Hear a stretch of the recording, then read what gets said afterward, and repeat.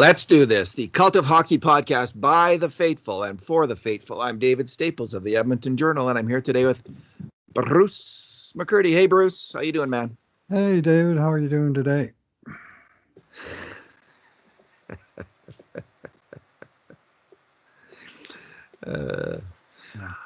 Bruce, the Edmonton Oilers have made what I will say is a controversial trade. Mm-hmm. And some of the details are still coming in. But what we know so far is the Oilers have traded Duncan Keith. I think he's 38 now, any day now, for Caleb Jones and a third-round draft pick. There's some talk that the third-round draft pick is in some way conditional. The Oilers don't have a third-round draft pick this year, so it'd have to be next year. There's some little question about what the conditions might be attached to that third-round draft pick. Chicago did not retain any of Keith's $5.5 million a year salary for the next 2 years.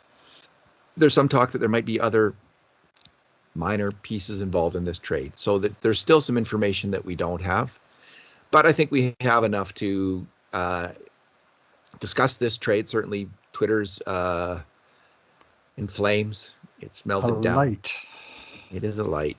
People aren't happy with this trade, Bruce, and I can't blame them. I mean, we've talked about this trade a lot.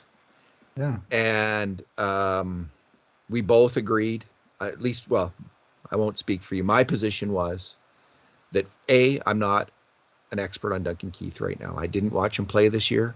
I don't trust his shot metrics. Shot metrics are numbers earned by groups of players. Keith might have been surrounded by a bunch of players who can't play in Chicago and been dragged down by them.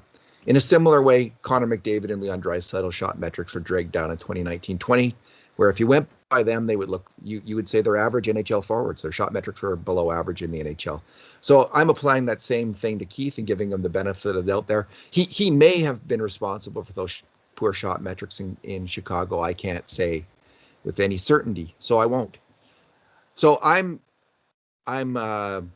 left with judging him by his points production, which has dropped dramatically since his peak, and his age, 38. Yeah. And these are enough red flags to me, Bruce, where he was being paid as a first-line defenseman.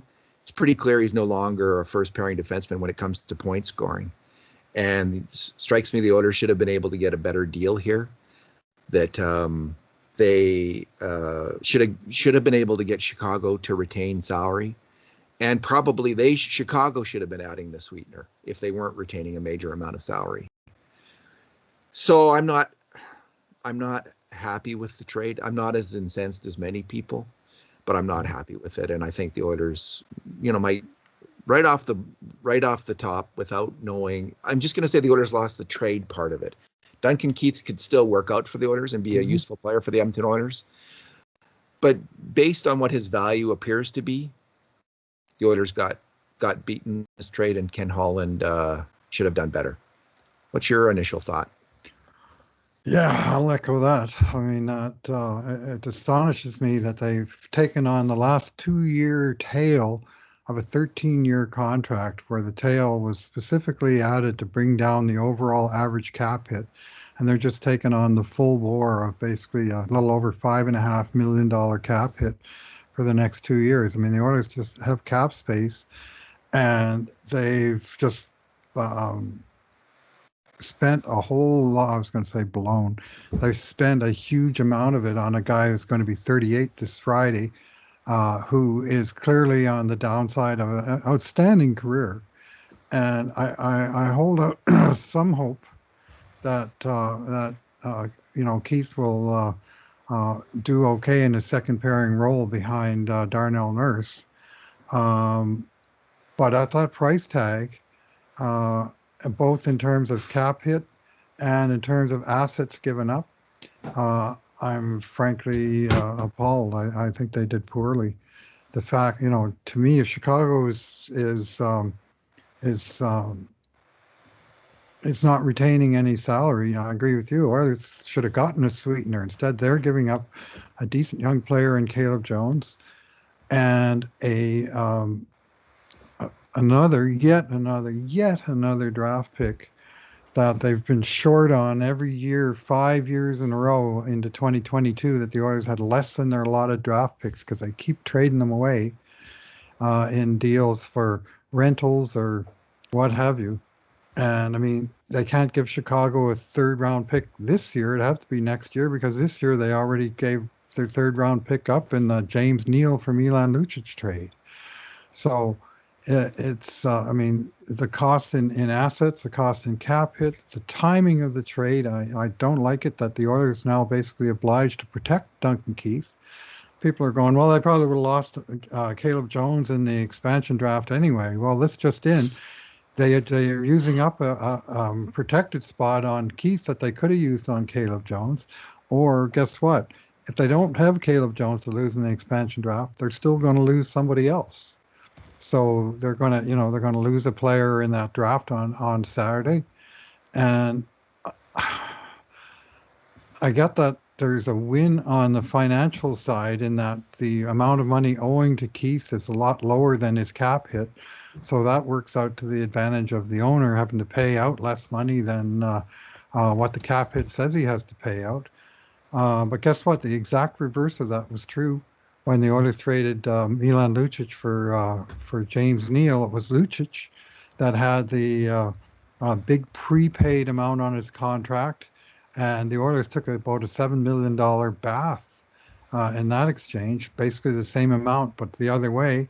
And guess what? Somehow that time the Oilers wound up throwing in the draft pick in the Neal trade. So another third round pick. Oh, let's get another third, another fourth, another second. I guess I don't know. The rationale is we never get anything out of those second day draft picks anyway. But I'm fed up with losing draft picks, and I'm a little bit beside myself at this particular moment in time that this deal went down in the way it's being reported. Let me just interject there for one thing, Bruce. Like this, we're trying to make sense of this because we both agree it doesn't make sense. Like it seems like the Oilers had more leverage. I'll say. Chicago would have had to protect Keith. Now we have to protect him. Now we're going to lose. We were going to lose Caleb Jones probably in the expansion draft, but now we're probably going to lose Tyler Benson as well. Like this isn't like they're going to lose someone else, right? Yeah, absolutely. So you gave up a player you were going to lose, but now you're gonna have to give up another player. He's an aging guy. He's 38, and I know like people have Bob Stauffer of the Oilers now has compared him to Chris Chelios. I just don't buy that. And just a simple stat there, Duncan Keith last got MVP votes when he was 33, or excuse me, Norris Trophy votes when he was 33. Chris Chelios got MVP votes, or excuse me, Norris Trophy votes when he was 33, 34, 35, 36, 37 when he was traded, and then he got him 38, 39, and 40. He was getting people still at the time that he was traded. People watching the NHL every single day saw Chris Chelios as a player who was in the running for the Norris Trophy. No one has seen Duncan Keith in that same light, Bruce, in 4 years. Right. He just hasn't been seen that way. And his points production at even strength is that of a third pairing defenseman. So this doesn't make any sense in light of that. Like they're taking him on at first pairing money. They gave up a player that many Oiler fans think in Caleb Jones. About half of all Oiler fans think Caleb Jones still has a decent chance of being a top 4 D-man. About the fan base is split about down the middle on that. So we're trying to make sense of this. Here's one explanation that might resonate with Oiler fans of a certain age. The Oilers under Daryl Cates have been a big spending team ever since he took over the team in 2008. He has spent money burying players in the minors, extra money for scouts, extra money on, they take on contracts that were more expensive. The cap hit might be $3 million, but they would pay $5 million. Like they would be willing to take on that kind of a cap hit on deals. The way they structured contracts often favored the players over the owners. There was so much done, so many tens of millions of dollars spent by Cates. And this franchise went up in value a ton. Right. Like it's not like this was a terrible investment for him. It went up from like 200 and whatever he bought it for, 200 million to 450 million US. It's been one of the, in the top half of NHL revenue producers at the same time. So I'm not trying to paint Cates as necessarily an angel here. He made a pretty good investment, but he's also put a ton of money into it. Well, things changed suddenly with COVID, and we don't know how quickly they're going to rebound in Edmonton because Alberta's economy was uniquely affected by COVID. Some of us Freudian were typo offended. there. Some of us were offended by the drop in oil prices. That's just the way the world works. Mm-hmm. Anyway, Cates may have lost Bruce as much as $50 million last year.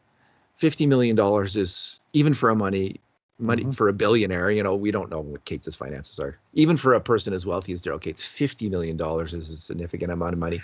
Who knows how much he's going to lose this coming year and in the next few years, depending on how Alberta economies rebound. We used to live under the EIG and Peter Pocklington, who regularly had to think about the bottom line. And Pocklington sold Gretzky, he sold Messier. I think he got money for Curry as well, if I'm not mistaken. In fact, check me on that one. He did get money for Messier. Yeah, He traded away players. He traded away players consistently who were earning a lot of money, and he brought in cheaper players. That continued under the EIG, who were much more transparent about their finances and earned credit with the fans because of that. But it was clear that they were also constantly trading away players. Doug Waite, Bill Guerin, Curtis Joseph, who were at the high end for players who were at the low end. They were a value budget team, and we got used to that. That was at top of mind in every transaction that happened. Well, if you put that lens on this deal, it suddenly makes a lot more sense. If Daryl Cates has gone from a position of financial power to one where he's scraping by on the dollars, and I'm speculating on this. I don't know, except there's been kind of rumblings that the Oilers, and today in some of the tweets we're seeing from Oilers insiders, this notion that maybe the Oilers were looking to save a little bit of money here. So if the Oilers have gone from this team that was spending money hand over fist as much as pretty much any other NHL team to one that really is just cutting because of the financial position of the team, the lack of revenue, the huge hit that Cates took, that might be one lens to look at this trade to help understand it a little bit.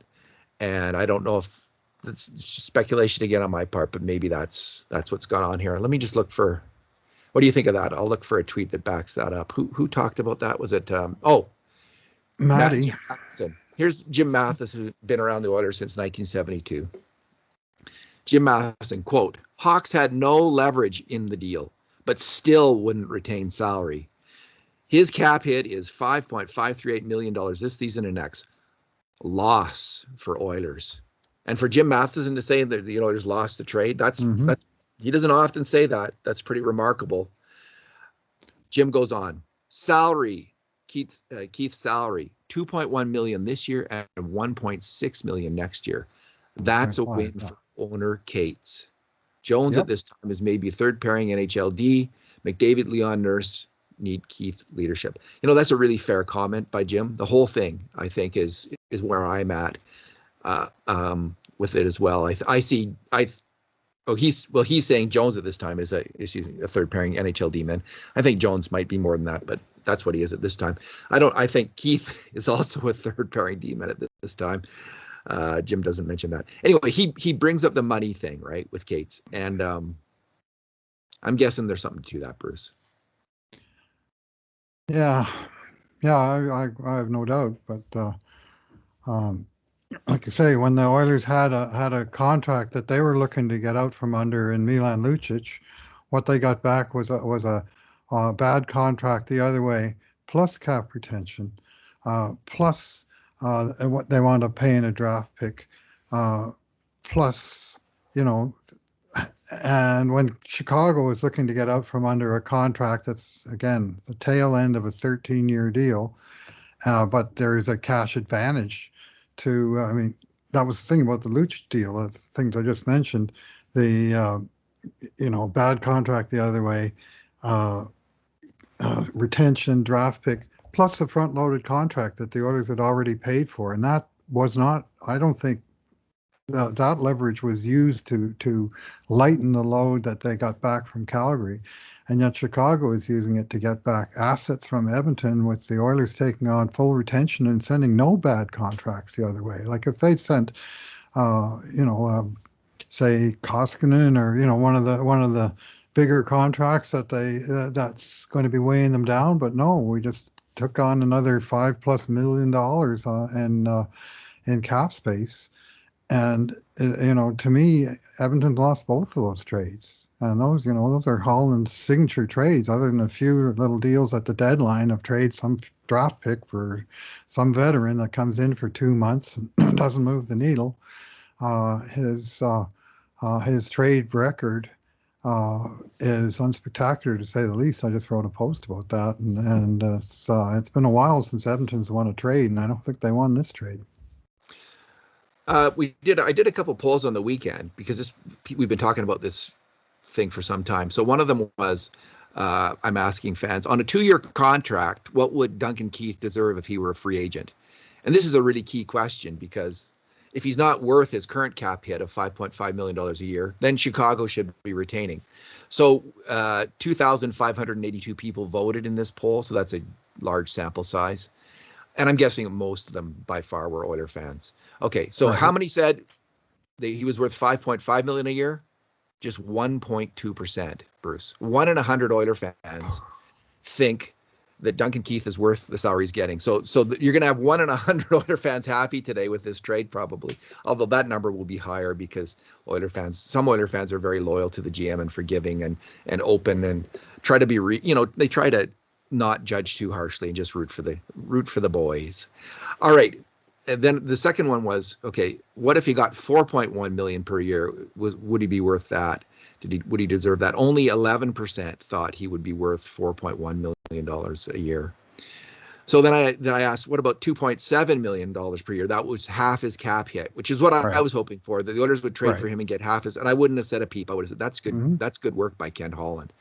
So 47% of Oiler fans thought it at 2 points. So if Holland had made this trade and got Chicago to retain half, the majority, I think a strong majority of Oiler fans would have been in favor of that trade and would have been happy with it, Bruce.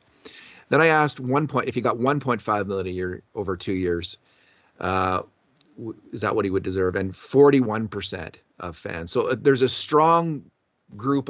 large group of fans, Bruce, very large group, 41% of Oiler fans, who felt Duncan Keith was worth at most $1.5 million a year for the next 2 years. They're really going to be unhappy today. And I think you're in that group, perhaps. Yeah, 1.5 is I mean, he does have a reputation. He does, has a 16-year-long record of playing 23 minutes a night. Someone would pay more than that. I mean, obviously, someone did. I'm stunned. I mean, to me, his value is closer to his salary than it is to his cap hit, and I'm just stunned that the Oilers were accepting all of that, unless, as you say, the driving force was actual cash savings for the organization, which is a complete about-face from moves that they've made in the past.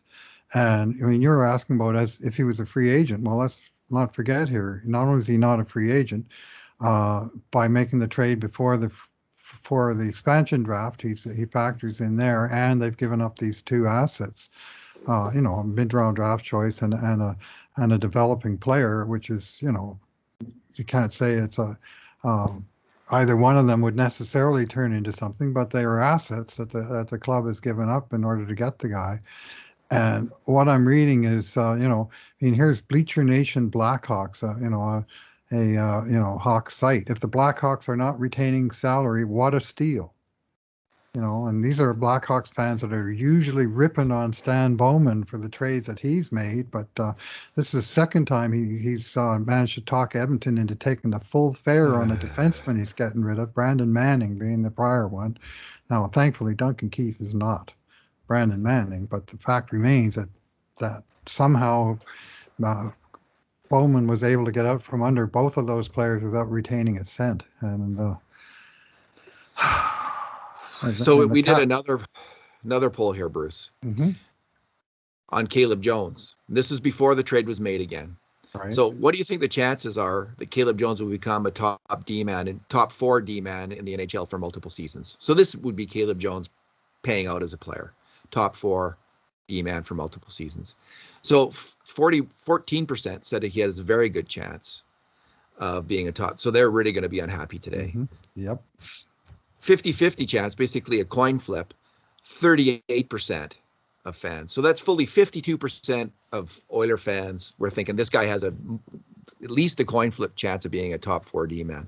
So those fans are not happy today. Then there's that he maybe but not likely that he'll become a top 4 D-man. That's 38%. That's how I voted myself. Maybe but not likely at this point. Mm-hmm. And exceedingly small chance of being a top 4 D-man was 10%. So we're split down the middle there, with half the fans thinking he had a good chance and half fans, well, probably not, maybe not. Where were you in that camp? Do you think what do you think we're giving up at Caleb Jones here, Bruce? Third pairing NHL defenseman with possible upside. I mean, he's still developing. I mean, the Oilers, that's another 4th round draft pick that the Oilers have given up, albeit a successful one that's, proven to be a guy that outperformed his draft number, made the climb up through the minor leagues into the NHL, and he's, an NHL player. And 6 years of development they put into the guy, gone. And, 24 years old and replaced with 38-year-old. So that is, I guess the Oilers saw enough of him last year. I got the distinct impression Dave Tippett was not a big fan of Caleb Jones, and he was high on the list of guys to move on from, is my expectation. But they I'm not sure they got value for him in terms of all the different elements of this trade. Say if Chicago retains half, it's a different conversation. But the Oilers had the leverage here, and somehow Chicago wound up getting the assets. And this trade we've been hearing about this trade for 10 days, right? And it was apparently at an impasse. Elliot Friedman said it's like at an impasse. Mm-hmm. Who blinked here? I mean, the only way I can think that it wasn't Ken Holland. I think it was Ken Holland. I do too. But the only thing that makes me think it wasn't him, well, maybe they pulled Dmitry Samorukov out of the trade and they put in this 3rd round draft pick instead, which would be a good move by the Oilers, I think. Like Dmitry Samorukov, he's more like, he was drafted in the 3rd round. He's moved up those rankings. He would be taken in the early 2nd round, late 1st round at this point, based on how he's improved. So if the Oilers took Samorukov out, then maybe that's not Ken Holland blinking, but it's to me like this whole thing, like, it doesn't make sense, Bruce. I just keep coming back to that. Unless you're trying to save money, unless that's the only thing that makes sense. So here's what Chicago Sun-Times hockey writer Ben Pope saw Duncan Keith play every game last year, I'm assuming. Here's his comment: full respect to Duncan Keith, but this is going to be absolute larceny by the Blackhawks. Absolute larceny, Bruce. Chicago. This is the guy who's watched him play and has seen him going down the slope. Yeah. Yeah. Here's go ahead. You got a quote? Let's go through the quotes now that we're getting from Twitter. Dom at The Athletic, Dom Lucian, smart guy. I'm not high on Caleb Jones, but Chicago getting anything emphasized back for the ghost of Duncan Keith is truly incredible. He may have something left in the tank that public models don't account for, but he's already not playing tough minutes and still struggling.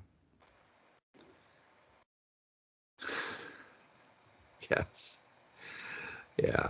Well, another one. Here's Cam Lewis. The Hurricanes made the Leafs give them a 1st-round pick to take on 1 year of Patrick Marleau after a 16-goal season. The Oilers are giving up an asset to get the defenseman with the worst on-ice goal differential in the league last season, with 2 years left on his deal. Now, I don't know about that worst on-ice goal differential in the league. I think there's worse, but still. Yeah. Not good.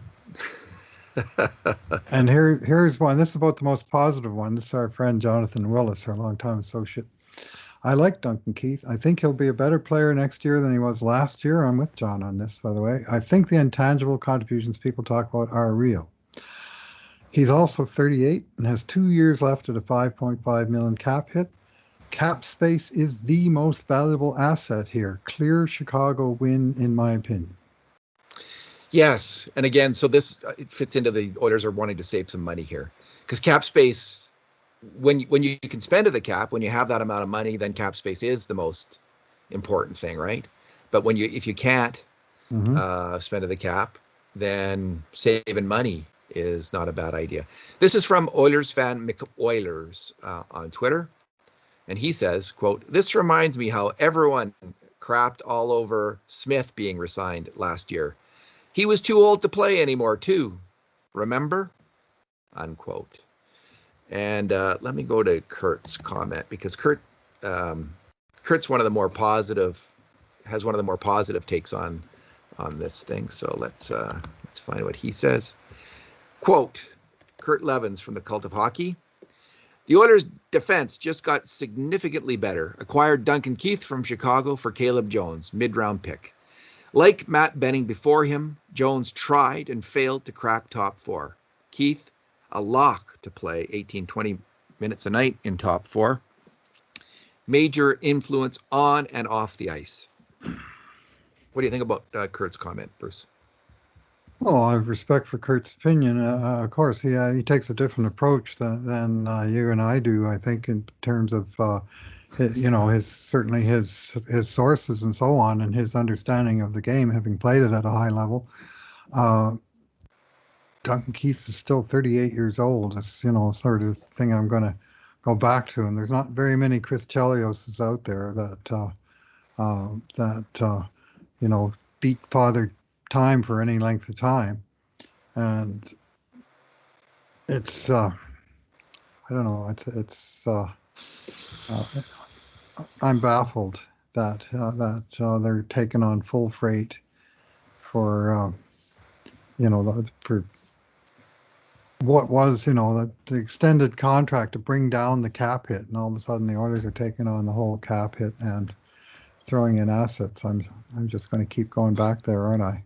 Here's Dauber Hockey. This was written on June 30th when the rumors first came up. Okay, so no done deal here.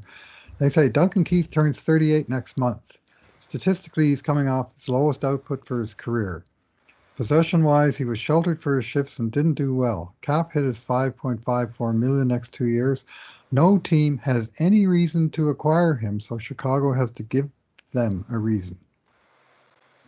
And I guess the reason being salary versus cap. There's cash savings. That's really the only sort of tangible reason that I can grasp here.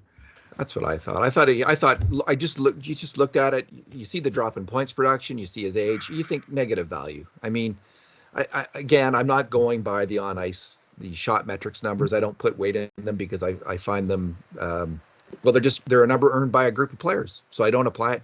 I don't go with guilt by association. Goals metrics? What's that? Goals metrics? Well, goals plus minus are the same thing. Like it's a shot metric that it's heavily influenced by other players. So maybe Keith drove it down. Maybe he didn't drove it down. And you're free to. I know you put more weight in them than I do, and that's fine. Like everyone will analyze hockey their own way. I just looked at Keith and it just struck me like negative value. It's just written all over that contract. So I'm agreeing with Dauber Hockey. Kurt's comparison to Matt Benning is interesting. There is again, the people who put a lot of value in shot metrics were appalled that the Oilers moved Matt Benning. Like there were some people who thought Matt Benning was this up and coming great defenseman, and I actually think Caleb. I think he's a decent third pairing defenseman. I think Caleb Jones actually has more upside at the time of this trade than Benning when the Oilers let go of Benning last year. So I'm, it's the same people that like Benning like Caleb Jones because of shot metrics, and I wish I was more. I wish Caleb Jones had panned out here. I wish he hadn't gotten COVID, had a better season this year, and and it worked out. I thought he was going to be a top 40 D man this year. I thought he'd step in by Adam Larson and earn that job. And he took a little bit he was wobbly and wavering, and he took a step back. And I don't have that same, it's not the Caleb Jones part of this deal that gets me. What gets me is I wish the Oilers had used, there's all these wingers that are available. Thomas Tatar, Jaden Schwartz. There's lots of players available on the market this year that I think might be really interesting buys by the Oilers. And I just hope they have the money to do it now. And I think they need a goalie. And I think they're going to have, like Linus Ullmark, if they were to go after a goalie like him, that's the one I want.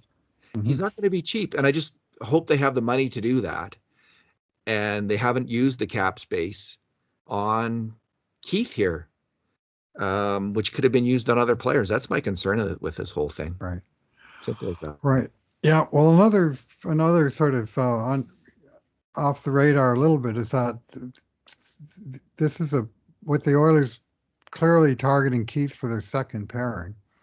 That Oscar Klefbom, I mean, it seems like his future may be written. I mean, I saw one site suggesting now Seattle Kraken will take Klefbom because the Oilers won't be able to protect him. Whether they wanted to or not. But yeah, I mean that's as it might be. But they're moving on from Oscar Klefbom, getting a guy who's 10 years older and costs 30% more. But there's that. I mean, had a concussion last game, locked out of the season by a concussion. Duncan Keith. Hopefully he's over that. I mean, oh man. And meanwhile, I mean, on Oilers Now, I heard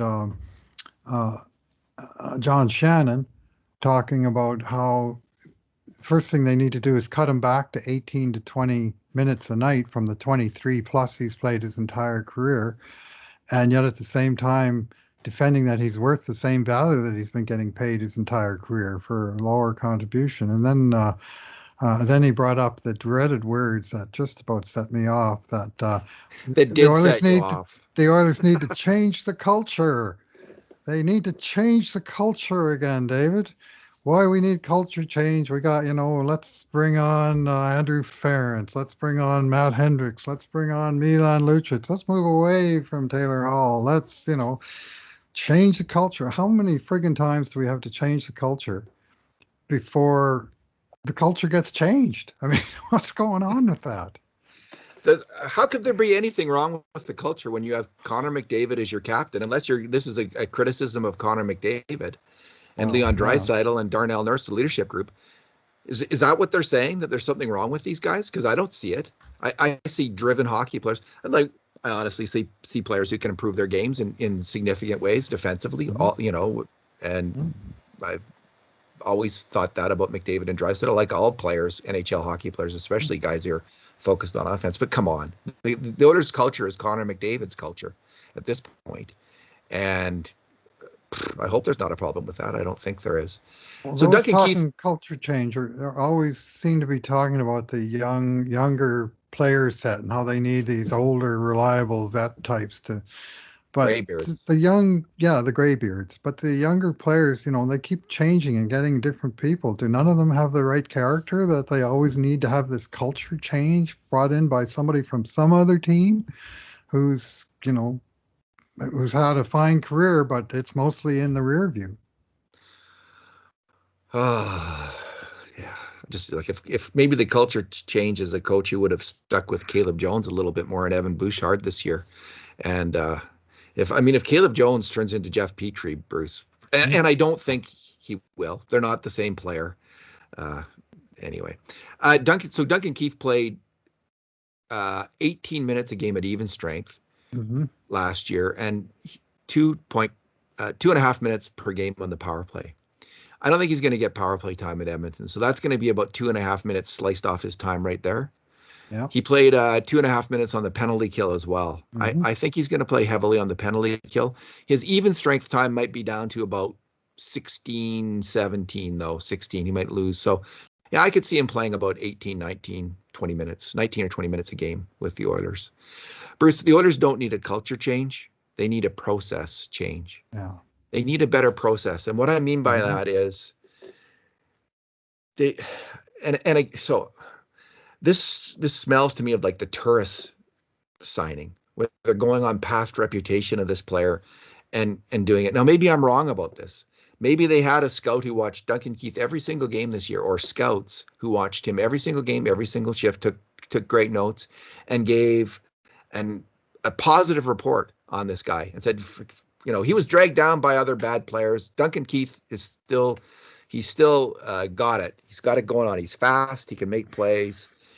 There's something here, and he's going to be worth that money to us.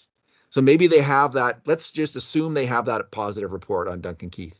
Here's what I think they don't have. The Oilers themselves, Dave Tippett makes his decisions based on scoring chance analytics. He breaks down every game. They break down the video of every single game, so they know who's contributing to chances for, who's making mistakes on chances against. They have that number on their own team. They think it is essential to make judgments about their own players they see every single day, but they still want to have those analytics. But do they have that analytics, Bruce, on every other NHL team? Or do they have other in-depth, highly granular analytics that dig into the individual play of players, so they can compare Duncan Keith, this glowing assessment they have of Duncan Keith, they can compare that to the analytical report of his individual play in Chicago, right. And then they can compare that glowing report of Duncan Keith and the analytics they have of Duncan Keith to every other left shot D-man in the NHL. Do they have that kind of individual thing on zone breakouts, on zone break-ins, on block passes in the defensive zone, which is Sports Logic reported on Duncan Keith? This is the process that I think, Bruce, are missing. And, they could then compare those kind of individual analytics to the on-ice numbers, to the shot metrics numbers, and try to make sense of it all. Or are they just going on? My fear is that they don't even have the strong scouting report. I hope they got the strong scouting report, and they're going on that, because apparently with Kyle Turris, they didn't even go on that. They had the scouting report saying, don't stay away from this guy. And they went on kind of what apparently, fact check me if I'm wrong on this, someone out there. They apparently went on what Dave Tippett thought of the player based on having him as a checking line center on a Team Canada World Championship team from a few years previous. That weeks. Process is broken. It is a broken process the Oilers went on with Turris. And if this strikes me as broken process again, Bruce, and that's my big fear of this, not culture, process. They're getting it wrong. They're not doing the right work to make trades correctly. Yeah, well, analytics is a dirty word, David, it seems like. And I mean, Ken Holland, paraphrasing something that he said, is, whether his analytics department has 10 people in it or one person in it, at the end of the day, you got a report from them that you consider. And it's, it seemed to be just downplaying it so much. And now here are two folks with analytical bents that posted tweets with charts associated with them showing a large number of categories: Duncan Keith, even strength offense, even strength defense, power play, penalty kill, finishing, quality competition, teammates in this one report. The other one, shooting, playmaking, percentage, play driving, penalties, hitting, puck transfers, power. I mean, lots of different ways of looking into it. And the first of them is Jay Fresh Hockey, and these are both neutral people. I don't really care plus or minus about the Oilers, near as I can tell. Jay Fresh Hockey says Duncan Keith, traded to Edmonton, has put up hideous results for the past several seasons in a steady decline consistent with a player in his late 30s. The Oil are praying that a smaller role will spark a huge improvement. It's a major gamble. And then Jeff Villette, Toronto bloggers, Duncan Keith has had a Hall of Fame career and is one of the best defensemen of his generation. But he's 38 now, and the aging curves have come for him in recent years. In a league where the good teams pay for present and future, not past, paying assets for him today is baffling. Where does Jay Fresh get those numbers, like that kind of highly granular look at individual players? If he's getting that data, like, hats off to him. I don't know where he's generating it from, but that sounds like really interesting information. That I don't know if is it publicly available? Is there, Is there a site that? Three-year weighted average data expressed as percentile, wins above replacement, quality of competition teammates from top-down hockey.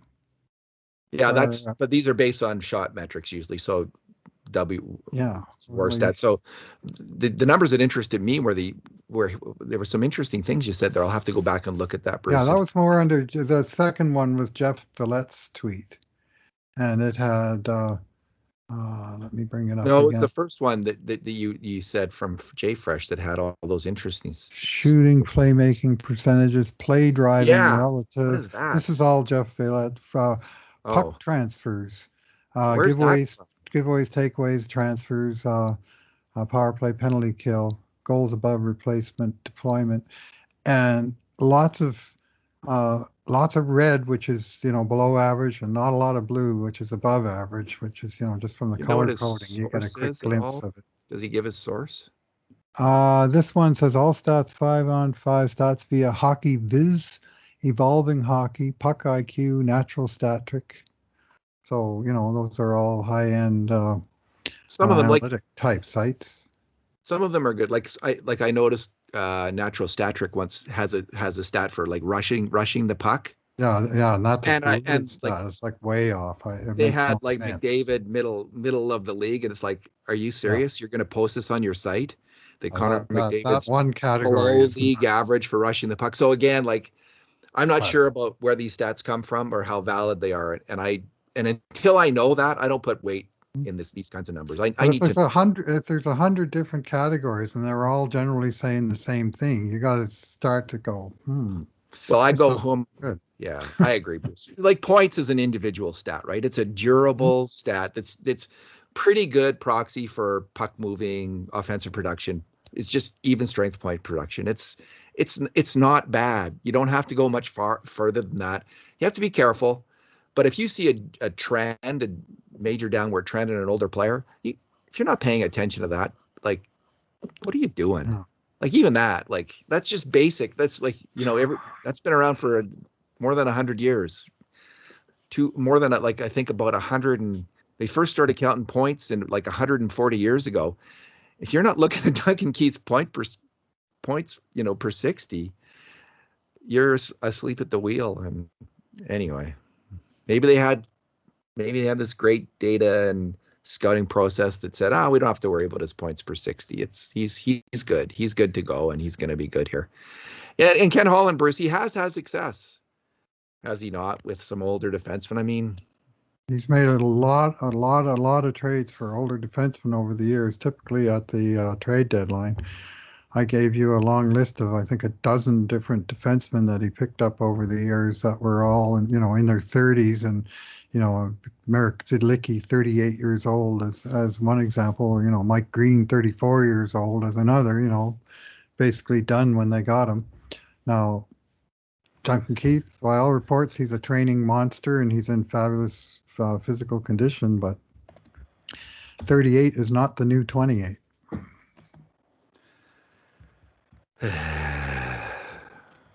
Speck also mentions the dollar aspect of it. Mark Spector. Yeah. Let me just find his. Okay, Mark Spector, who writes for Sportsnet, is on TV. So no salary retained by Chicago. Of the $11.1 million cap hit remaining, there is only $33.6 million owed to the player. I know fans don't care about that, but after a pair of money-losing seasons, that's the kind of salary retention that means much to NHL owners, unquote. So this some fans will portray this kind of talk as carrying water for the owners, like making excuses for a better. I don't think I think that's not fair in some ways. If to someone who probably lost around $50 million last year, right. I think it's easy to say that's not important until you've lost $50 million on your hockey team. So if that's the explanation, it would be good for Cates to say that.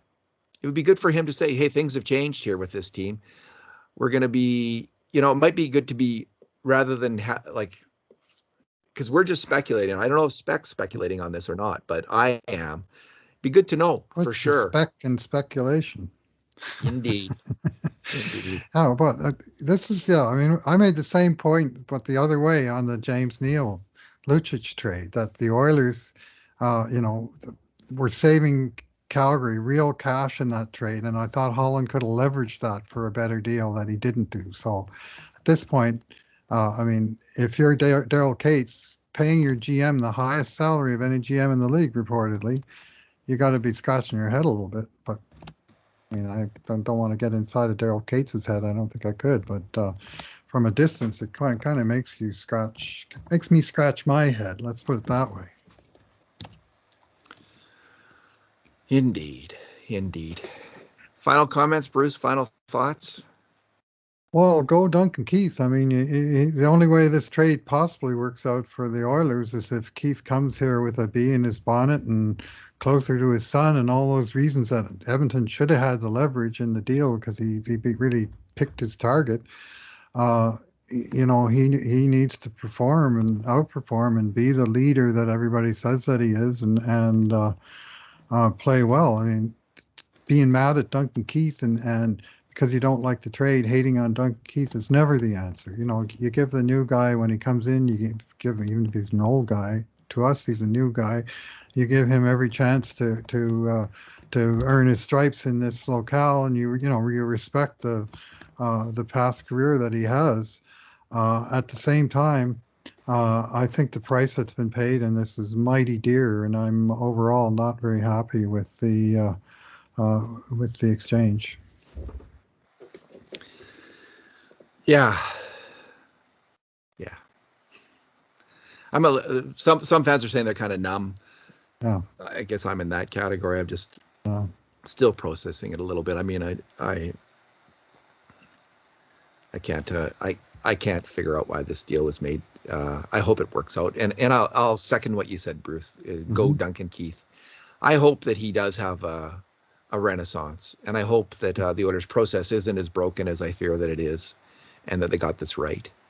And again, I don't know how broken it is, and I don't know about Duncan Keith. So I guess I'm approaching it from that there's a lot of things that I don't know about this. So I withhold some of my wrath for the moment. Oh. I want to see Duncan Keith in an Oilers sweater. I want to see him play on this team, and then I'll know more than I know now, and have something to say then, I guess. Yeah, I mean, it's like any transaction. The day that it happens, you can't predict the future. You can just go on the information that you have to the present. And the information I have right now says that this was a low percentage bet by the Edmonton Oilers, but it's not a no percentage bet. I mean, he could, come in and contribute. And it's only 2 years, but I mean, geez, we've been carrying on this.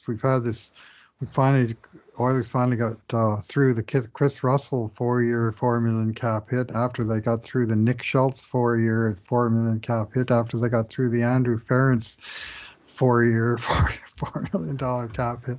And they've always have this old defenseman that's seemingly overpaid for what he can bring, and now they've just upped the ante with a $5.5 million, even older defenseman than those other guys I just named.